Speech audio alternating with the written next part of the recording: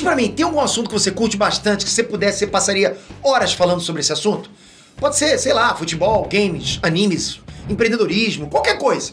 Se a resposta foi sim, então você já tem 50% que você precisa para ter um canal de sucesso aqui no YouTube, mesmo que você não queira aparecer nem botar sua voz. Agora a tua missão é encontrar os outros 50%, que é aprender a criar títulos e capas chamativas para fazer com que as pessoas cliquem para assistirem seus vídeos. Aprender a criar um bom roteiro para fazer com que as pessoas fiquem do início ao fim do seu vídeo. Aprender a fazer com que o próprio YouTube divulgue teus vídeos de graça para você atingir mais e mais pessoas. Saber transformar o teu canal num verdadeiro negócio para conseguir monetizar ele mais rápido possível e todo mês colocar dinheiro no teu bolso, mesmo sem você aparecer. Enfim, tudo que você precisa agora é encontrar as melhores estratégias para criar, crescer e monetizar um canal sem aparecer. E se você quiser tudo isso de maneira simples e passo a passo, por só R$ 29,00 por mês, aperta aqui no primeiro link da descrição ou no comentário fixado que eu vou te ajudar. Nem para atacar ninguém, mas é uma constatação. A falta não aconteceu, a reclamação do Cruzeiro é pertinente. Não, e o Cruzeiro reclama também que ela foi cobrada bem mais à frente do local onde ela foi marcada. O bandeirinha, inclusive, nem deu nada, deu só lateral, o árbitro foi lá e deu falta. Não sei de onde ele viu, foi nada, não houve nada. Nem de longe aquilo foi falta. Foi um erro, assim, absurdo.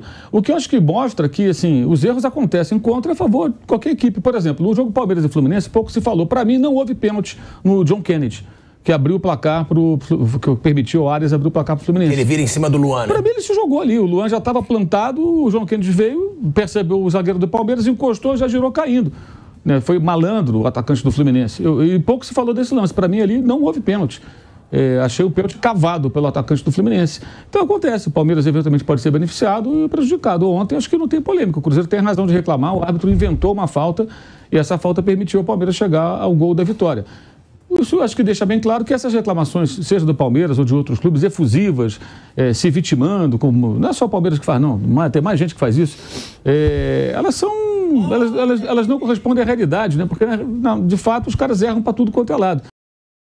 E antes da gente continuar com o vídeo, confere aí se você está inscrito no CDD. Mais de 70% do pessoal que assiste o canal não é inscrito. Se for o seu caso, já se inscreva, para não perder mais vídeos como esse. Para outros, talvez em alguns casos vejam algumas camisas importantes e tenham medo. Tem o famoso árbitro caseiro, né, que também às vezes acaba apontando tudo para o time da casa. Tem tudo isso na arbitragem, sempre houve isso, né? E não estou dizendo nem que é má intenção, não. É incompetência mesmo, insegurança, tudo isso, né? A arbitragem ela é muito ruim. Mas acho que o jogo de ontem ele teve, de fato, um lance capital com uma interferência da arbitragem que permitiu ali... Era para acabar o jogo, né? O jogo estava acabando. Ao invés de acabar, deram uma falta, uma última chance. O Palmeiras aproveitou e venceu a partida. Mas para alcançar o Botafogo vai ter que ter uma sequência. Alguém vai ter que fazer uma sequência parecida com a de 2020, do Internacional. Tinha saído o Cudê, assumiu o Abel, teve um início difícil, depois o Abel engatou 9 vitórias. Se alguém vencer 9 jogos seguidos, 10 jogos seguidos, que é dificílimo, ou assim, num bloco de 12 jogos, vencer 10, mesmo que tenha um empate no meio, uma derrota, mas vencer 10, 11 jogos, um aproveitamento assim absurdo, eu acho que aí pode ter uma chance de alcançar, desde que o Botafogo dê uma rateada, o que não será surpreendente, porque realmente é muito difícil o Botafogo manter esse pique. Não estou dizendo que não vai manter, mas nunca aconteceu de um time ser tão regular o campeonato inteiro, ganhar todos os jogos em casa, isso jamais aconteceu. Então, os outros times que tentam alcançar o líder do campeonato, eles têm que entender o seguinte, eles têm que tirar 10 em tudo, só nota 10, 10, 10, eu estou em recuperação, né? Tem que tirar 10 em tudo e torcer para o outro dar uma tropeçada ou outra. No final de semana, por exemplo, o Botafogo fez um segundo tempo excelente, virou o jogo. Mas sofreu no primeiro, estava perdendo, o jogo não estava muito fácil. Quanto o Cruzeiro merecia vencer o Botafogo, jogou mais que o Botafogo. Então o Botafogo já flertou em alguns jogos aí com tropeços. Flamengo perdeu muita chance. Mas tem acontecido, assim, tudo dá certo. Uma hora isso pode virar, mas o Botafogo tem uma gordura. Se virar e os outros não vencerem, seja o Palmeiras, o Grêmio, o Flamengo, qualquer um outro que queira acompanhar, ele vai continuar mantendo a sua liderança, que é o que tem acontecido. Quando o Botafogo empata, os outros também empatam, não vencem seus jogos, e aí a distância ela vai até aumentando, né? O Grêmio tem um jogo atrasado, eu acho que pode reduzir até para 11 pontos essa desvantagem, né? Se não estou enganado. Sim. É um jogo contra o Corinthians, né? Então, 11 pontos. É uma vantagem grande, mas ela não é impossível ser tirada. Só que alguém vai ter que bancar aí o Internacional do Abel Braga, de 2020, ou o Manchester City do Guardiola da Inglaterra na última temporada, que deu aquela arrancada louca no segundo tempo, venceu quase todos os jogos. Quando o Arsenal rateou, ele passou à frente e levou a taça.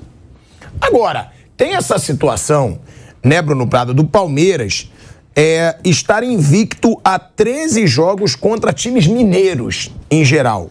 Foram 7 vitórias e 6 empates. O Palmeiras empata muito com o Atlético Mineiro. Sim. Com o Atlético Mineiro, empate o tempo inteiro. E aí, nos últimos duelos com América Mineiro, Atlético Mineiro e Tombense, além do Cruzeiro, desde 2021. Agora, o Palmeiras na temporada, 50 jogos, 29 vitórias, 13 empates e 8 derrotas.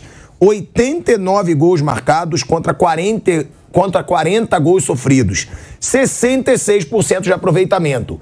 São números que batem com a temporada do Palmeiras, ou às vezes o Palmeiras joga até mal, mas vence as partidas e não perde? Ontem jogou mal, mas é um time que tem uma regularidade, né? Ontem até foi um jogo que o Palmeiras... o normal seria não ter vencido pelo que fez no jogo, pelo que foi. Acho que o empate seria mais justo, sim.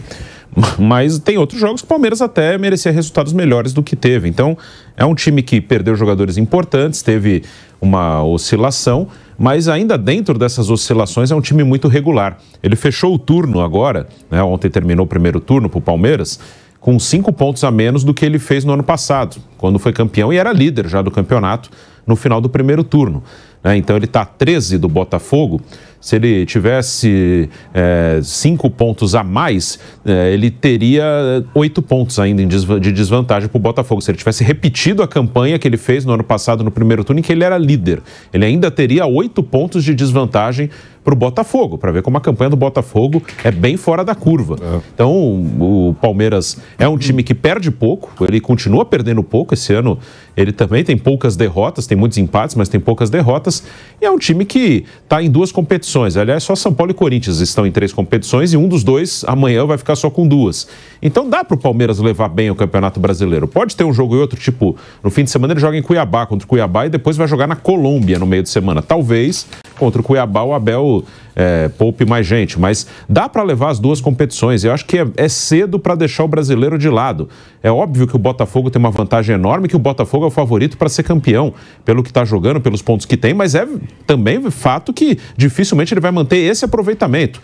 E o mais provável é que ele tenha uma queda de aproveitamento e mesmo assim seja campeão. Mas eu acho muito cedo para desistir. E se o Botafogo cair, quem pode se candidatar é quem estiver mais perto. Então eu acho que o Palmeiras tem que tentar levar ao máximo o brasileiro bem. Claro que a Libertadores hoje é uma coisa mais palpável, é mais fácil hoje para o Palmeiras ser campeão da Libertadores do que ser campeão brasileiro, mas acho que o Palmeiras não deve deixar de lado o Campeonato Brasileiro, não.